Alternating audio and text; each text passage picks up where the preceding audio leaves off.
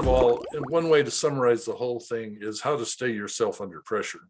And to say yourself, we're talking about the person God means you to be.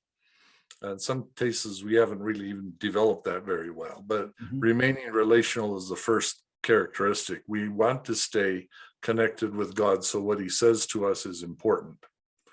And when we're staying connected to God, so what he says to us is important. By the way, if you switch off the relational part of your brain, you hear what God is saying, but it doesn't strike you as important. It strikes you maybe as annoying.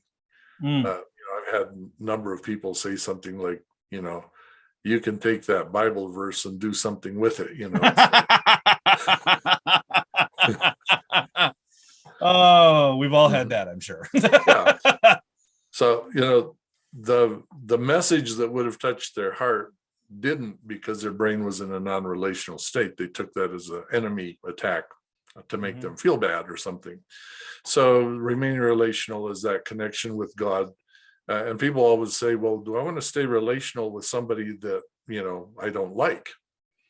And my answer to that is, at what point would you rather be handling your problems by yourself without having God to help you?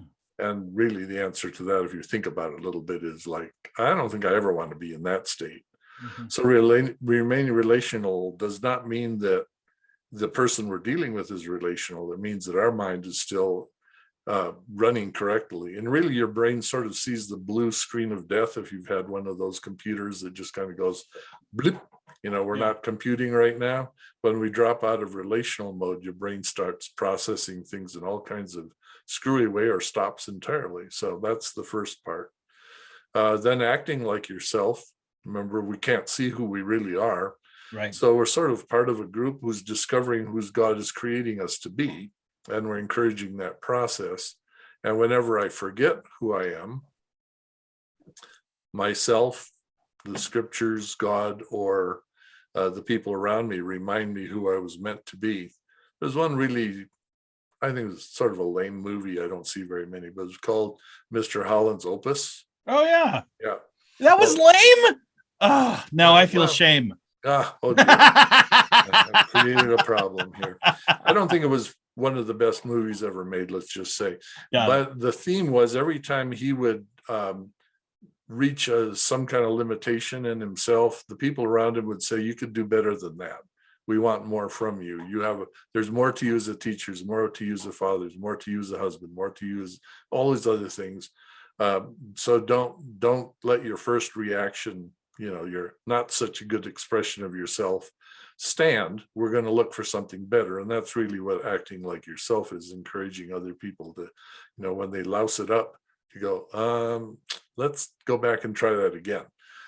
We need to practice being your good self, which means the third point, returning to joy. Joy in this case, not being just being euphoric, but being glad to be with other people. So one of the things that most of us experience is when we finally get around to saying, I'm sorry I said that, the people who we've offended are more glad to be with us than they were before. It's like, oh, maybe we'll start this relationship again.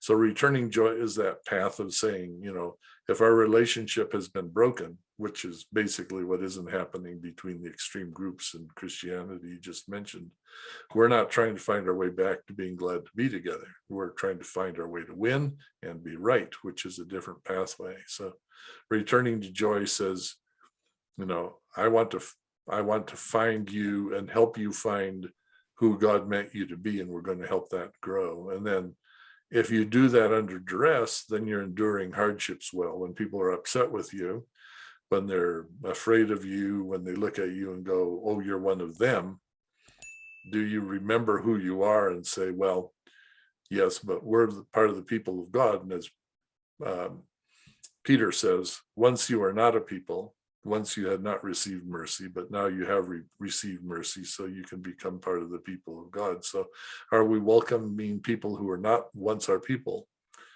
by extending that kind of mercy and saying,